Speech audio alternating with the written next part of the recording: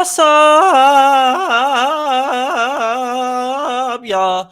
Welcome to It's Giving, where we discuss the latest in TV and film. This is your host, Brandon the Introvert. In this episode, we're going to be discussing the fucking series finale of Atlanta. It Was All a Dream, directed by Hiro Morai and written by Donald Glover. So this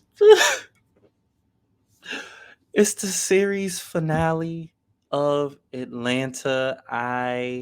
We are here. Like, y'all remember when I was doing season 3 and season 4 for all 10 of y'all that's been watching and listening? um because I do, and it's crazy to think I was doing all of that this year. Like, when I was covering season 3, that felt like a year or so ago, 2 years ago maybe. But that was definitely like this spring, if not, yeah, this spring, this winter ish.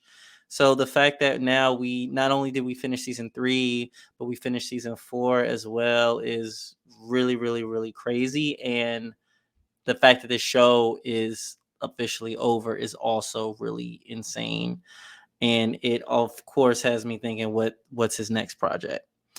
But yeah, we are at the series finale. This one was a Darius centric one. We've had a lot of episodes where it was either about the main character's relationships to other people, like Ern and Van, or Ern and Al and their family.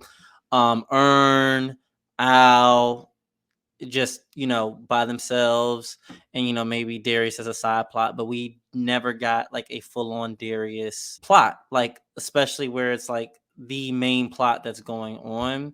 I feel like we rarely get that, but the ones that are Darius centric really, I feel like, takes the series, or the series takes those episodes, and just like with the Teddy Perkins one. And yeah, is there a lot of Darius centric episodes? The one where he was taking Earn and they had to trade all that shit. But yeah, I feel like we don't get many Darius centric episodes, actually, now that I'm like thinking about it. He's always kind of like side questing it up with one of the characters, or he's just with one of the characters all the time. But I don't think we ever get like Darius.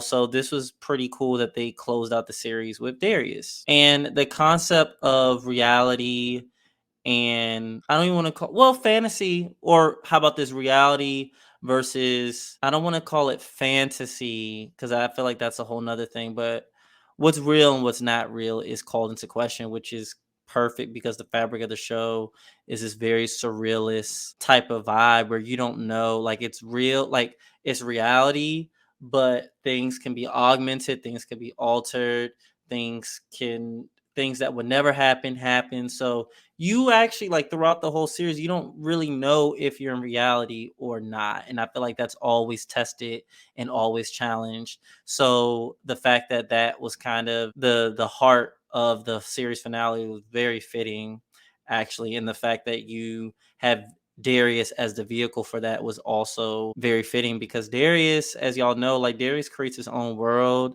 He even brought up the fact that, like, we're in a simulation. I feel like it just made all the sense to have Darius as that, like, figure, that representation for deciding what is real to you and what isn't, and just doing things the way you want to. So let's just start off the episode. So we start off with just Darius listening to some music, watching Al and Ern just talk it up. And as he's watching them talk, he's watching Judge Judy. Ern ends up interrupting Darius and just says, like, make sure you go to the sushi They're going to the sushi restaurant. Apparently it's Van's friend invested in it, and it's a black owned sushi spot, and the person that owns it, the sushi chef, trained under these sushi masters in actual Japan. So it's going to be a big deal. He just tells Darius, make sure you go. So Darius agrees, of course, and says he'll go after his sensory deprivation. Now, sensory deprivation, it seems like, from my understanding, you're in like a pod, or you're in some span of water, and you're kind of enclosed in it. No sound, no imagery, no nothing. You're kind of in darkness. And it seems like you're underwater. Are you supposed to be underwater? I don't know. I don't know. I've never done it before. I would try it once, but I don't know. I'm a little scared.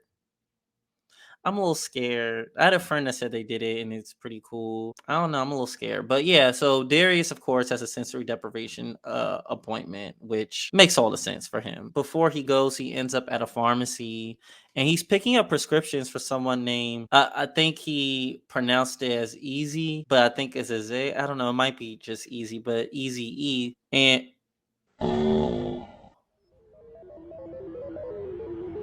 huh.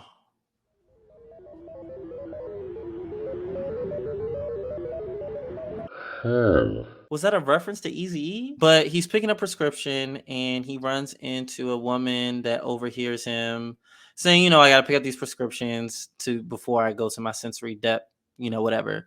So she asks about it, and it's Cree Summer. I knew I like that voice. I feel like if you grew up in the 90s, if you even grew up in the 80s, from different world, but definitely the 90s and 2000s, like Cree Summer. You grew up with Cree Summer. She was your favorite cartoons voice, or one of your favorite cartoons voice, like the voice actress for one of your favorite cartoons.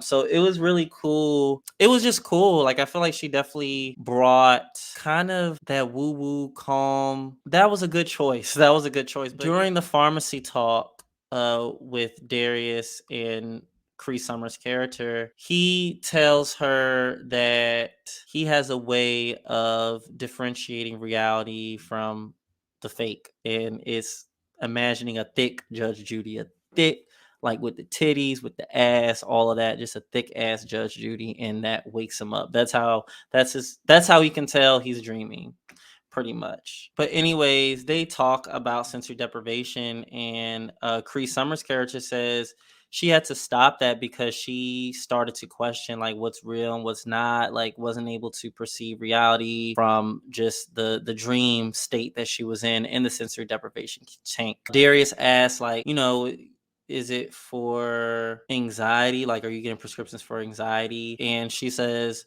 I'm getting a prescription for my baby, antibiotics, but she has tried like different medications. Zoloft, right here. I have tried Zoloft. I forget the other medication, but she's tried medications. But she says the life that she lives now, that according to her is mostly vegan, works for her. Her baby father thinks she's crazy, but she gives some really sage advice, and I feel like that's definitely what Darius lives by. She tells him like she at first viewed the world and this reality as a battle, and like what she says, in many ways it is a battle, but she gets to choose, and not only just chooses, but she demands that she be able to exist in this world in the way she wants to and how she wants to. And you can tell that really hit home for Darius, because I've always said, he's reached nirvana. He creates his own world. And that's what makes him peculiar. He's in his own reality, so I feel like that was definitely very affirming to him and affirming to his entire existence, because he just does what he wants to do. And they had a really, really honest conversation, and they're definitely kindred spirits. And I kind of sense a little flirtatious, kind of flirty shit going on, just a little bit. But, Darius thanks her for the advice and whatnot, and says she has a beautiful spirit, and ends up leaving. Darius, then as he's leaving the pharmacy, he runs into one of his friends, London, who's the same. She's the actress that plays London is also the actress on Abbott Elementary, who plays Amber, one of the kids' moms, and she's also always hitting on Gregory. Not always, but got a flirtatious relationship with Gregory. So I knew her voice sounded very familiar. She just didn't look. She got them baby hairs laid and stuff on Abbott Elementary, but she seemed familiar, so I'm glad I looked her up. But yeah, Darius's friend London, who seems to be like one of his homegirls from Atlanta, and is very wild, drinking and driving, getting stopped by the cops, drinking that bottle of vodka, passing the sobriety test, but then stealing the gun. It was just a lot going on. But from this relationship, I feel like throughout this episode, shed a little bit of light on Darius's history. We know Al and Ern, where they came from, and even Van to an extent, but Darius, all we know is like he's Nigerian. We don't know. We haven't heard nothing about his parents, his family members, where he came from, his friends outside of Ern and Al. Like we don't know much about him. So London is definitely one of the pieces of the puzzle. Yeah, they just seem to have like some very wild moments back in the day.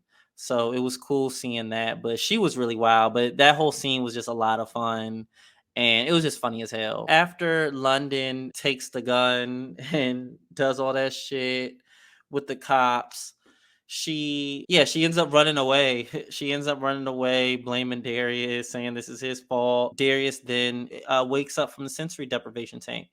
Now, I don't know if London is someone that's passed. I don't know if she passed because of Darius. Like, maybe he thinks that's his fault for whatever happened to her. Is she still alive? Is she still in Atlanta? I don't know. I don't know. So, honestly, I still don't know her part in Darius's life per se, or at least how significant she is and whether she's alive or not, and even the point of having her in this episode. But London obviously is a very important part in Darius's life. I just don't know the exact details of how. But does Atlanta ever give you details? No.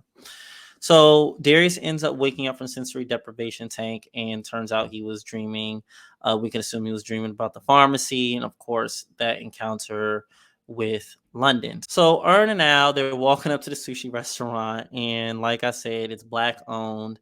Ern says, having Al slash Paperboy patronizing the restaurant will be really good for business and just really good overall, just supporting a black business and black sushi business at that, because of course I would imagine there's not a lot. But we see the sushi restaurant. It's in an abandoned Blockbusters across the street from a Popeyes, and Al the whole time is just staring at that Popeyes and immediately wants to go to it right after the sushi restaurant. Yeah, they end up going. Al is still annoyed.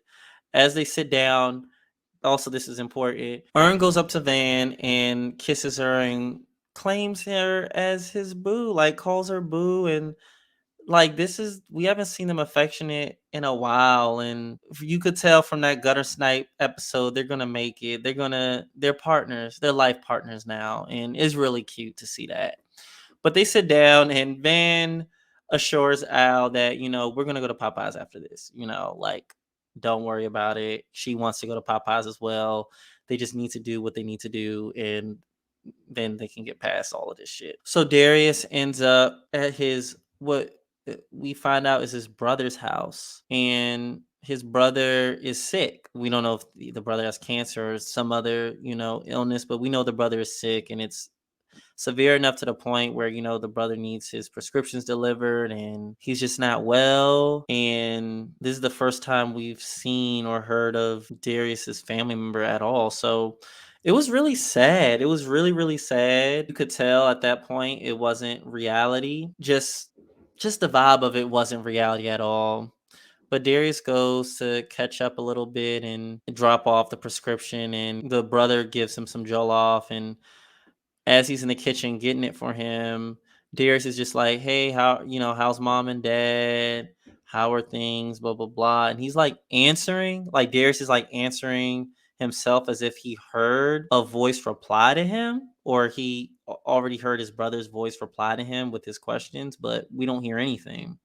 He is just looking at old pictures of his parents, his brother, and it's really sad because at this point you already know, like, it seems like his brother has already passed, and he's going back into his memories for some piece of like familiarity or comfort even. Yeah, it was just very sad. It was very sad seeing that, because like, once again, we don't get a lot of sides of Darius, So as Darius is looking at the pictures, he then starts watching Judge Judy, and we see her get up and turn around, and she thick as shit. It's her ass is thick, all of that. And Darius is like, damn. And his brother like appears out of nowhere and like agrees of the thickness, basically. But as we all know, thick Judge Judy means that he's dreaming. So he wakes up again from that tank. And as he wakes up, one of the sensory deprivation employees tells Darius, asks Darius, do you want to go to the tea room just to cool down or whatever? And it's this weird scene where Darius is in the tea room with these three white women, and they're just like, the tea room. I just love the tea room. I love drinking tea in the tea room. The tea room. And Darius just straight up asked, like, why are you saying? Even the employee was talking about, do you want to eat? Do you want to drink tea in the tea room? Go to the tea room. So everybody is just saying tea room. It gives me like Alice in Wonderland, Mad Hatter, especially with those three old white ladies. Like everybody's just mad, and not mad, but like crazy and just speaking in nonsense. It's just not real. It just doesn't feel real. So it really feels like some Alice in Wonderland type shit. Darius ends up just saying, why the fuck why do y'all keep saying tea room? He ends up shaking one of the old women and he gets kicked out. So back at the sushi restaurant, they're just not enjoying it. They gotta sit down. I mean, like not even sit down. There's no chairs. Like you gotta sit on the floor pretty much. One of the chefs is preparing the sushi with his bare hands. The Popeyes are still calling their name. No one is in the restaurant. It's just not fun. It's just not a great dining experience pretty much for them. And Al's at his limit once they started offering him some poisonous blowfish, and he is about to go to Popeyes until the owner comes out of nowhere and just like he goes on this long rant speech maybe about how during Queen and Slim it was a bunch of black people at the sushi restaurant trying to support a black business after seeing the black movie and whatnot, and coming in with good intentions, but 15 minutes later they end up all leaving and going to the Popeyes. And he just goes on to say, like, preparing, and they also complained about warm sushi, but saying sushi at room temperature, preparing sushi with your hands, all of these things are typical. Like, it's typical of a sushi restaurant. But he claims because they're black, they're viewed with a different type of standard. It's viewed differently. It's viewed as like abnormal. You can't trust it, what have you. Even though everything in there is authentic, and he's trained with the best of the sushi masters and black owned, but yet black people can't sit down and just enjoy a different dining experience or a different experience and invest and patronize in black businesses, even though black businesses is such like support black businesses, like everybody wants to do that, but at the end of the day he's saying they go to Popeyes, which is owned by Italian, and they use imagery of a black woman claiming that's her recipe and claiming that she benefits from it, as he says, and the food is just nothing but fried and battered fast food, and it's once again not owned by black people, even though they're using blackness as their image and as their brand. So but he says black people continue to flock towards Popeyes, and we can assume businesses like Popeyes, and he just gets infuriated. He says at the end of the day it's because black people don't trust other black people, which is true. And he gets so upset to the point where he blocks and barricades the door and tries to force them to eat until Darius comes out of nowhere, punches the shit out of the owner, gets the gang, and drives off in a pink Maserati. And has Popeyes waiting for them in the car. And it was a very you could tell that singular moment with them in the car enjoying the Popeyes was definitely one of their last adventures that we'll see on TV. And I feel like it did a good job of like showing the bond in the group dynamic between these four. It was a nice, it was a farewell. It was a cool farewell. And by the time they get to the spot, they ask Darius, like, where the fuck did you get a pink Maserati from? Like, and he claims that he stole it because he's not in reality.